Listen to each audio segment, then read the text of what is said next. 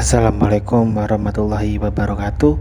Bersama lagi di channel saya, channel yang bercerita tentang kisah-kisah horor yang terjadi di sekitar kita. Hari ini saya akan bercerita lagi tentang kisah-kisah horor yang pernah saya alami ataupun pernah teman saya alami, yang saya ceritakan ulang di channel saya ini. Oke, sebelum kita lanjut di video saya, untuk teman-teman yang belum subscribe dan like, untuk mohon like dan subscribe untuk dukungan saya di channel saya ini.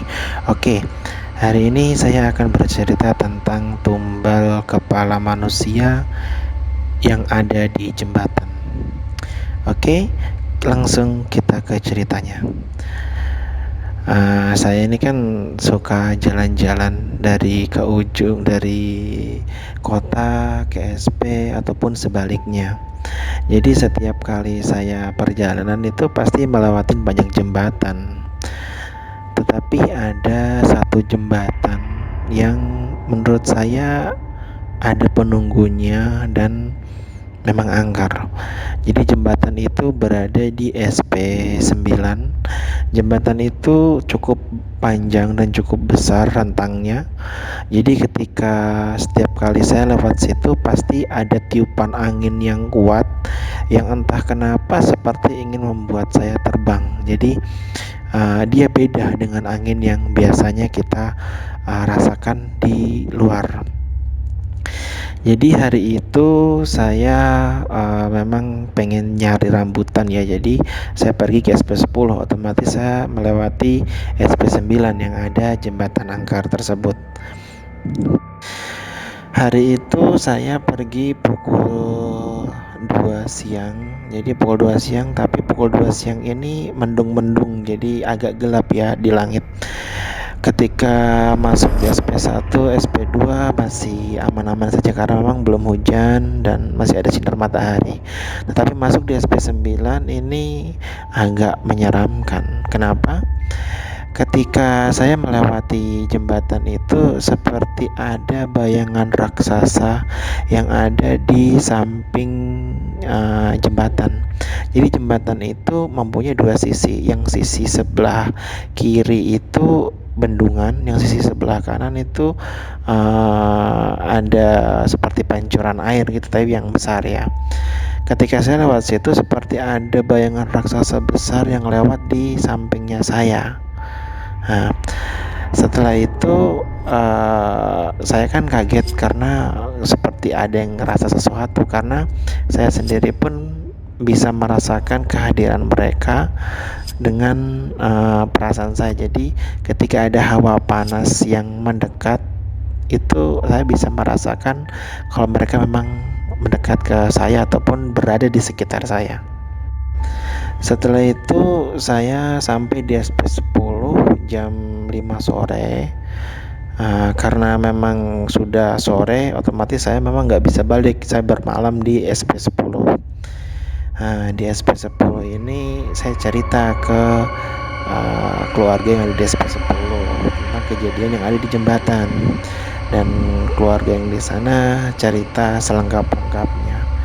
Jadi mereka cerita bahwa dulu konon ada yang kesurupan di jembatan besar itu, dan mereka itu wujudnya adalah anak kecil. Anak kecil ini mengaku adalah tumbal dari jembatan. Tumbal jembatan itu seperti begini.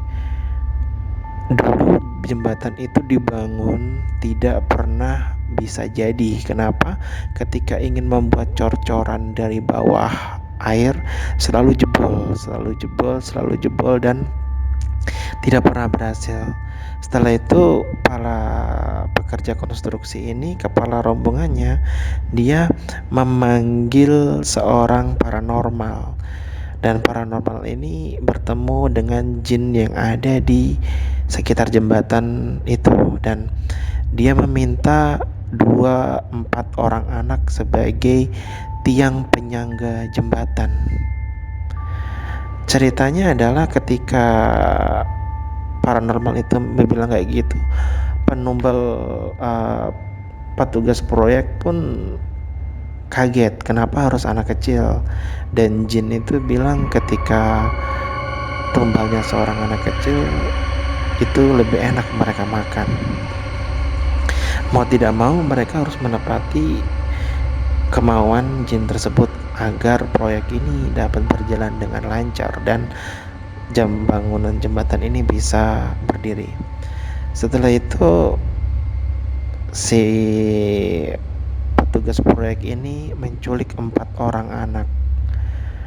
4 orang anak ini disekap, ditutup matanya. Setelah itu mereka ditaruh di 4 sisi jembatan, di 4 tiang jembatan. Ketika mereka melakukan pengecoran lantai dasar jembatan, mereka memasukkan semen. Setelah mereka memasukkan semen, dengan teganya para pekerja konstruksi ini memasukkan anak-anak ini ke dalam cairan semen lalu ditutup dari atas. Jadi dia membekukan anak itu di antara besi jembatan dan campuran semen. Dari situ setelah ada pengorbanan 4 orang anak itu, jembatan pun bisa berdiri, dan yang biasanya air membanjiri untuk cor-coran jembatan itu pun sudah tidak membanjiri, dan itu bisa dilakukan pengecoran jembatan. Dan jin korinnya dari si anak-anak kecil ini yang selalu ada di pinggir jembatan, dan kadang mungkin mereka mengikut menumpang di pengguna jalan. Jadi kadang ada motor lewat di situ dan ada anak kecil yang meminta tumpangan. Tetapi ketika mereka minta tumpangan di tempat asalnya sampai di kayak hutan begitu, mereka menghilang dan tiba-tiba di belakang sudah tidak ada anak kecil itu. Ya cukup sampai di situ mereka bercerita tentang tumbal jembatan. Demikianlah cerita saya hari ini. Mohon dukungannya teman-teman untuk like, subscribe, komen, dan share. Semoga teman-teman diberikan kesehatan, kelancaran rezeki, dan see you next time. Waalaikumsalam warahmatullahi wabarakatuh.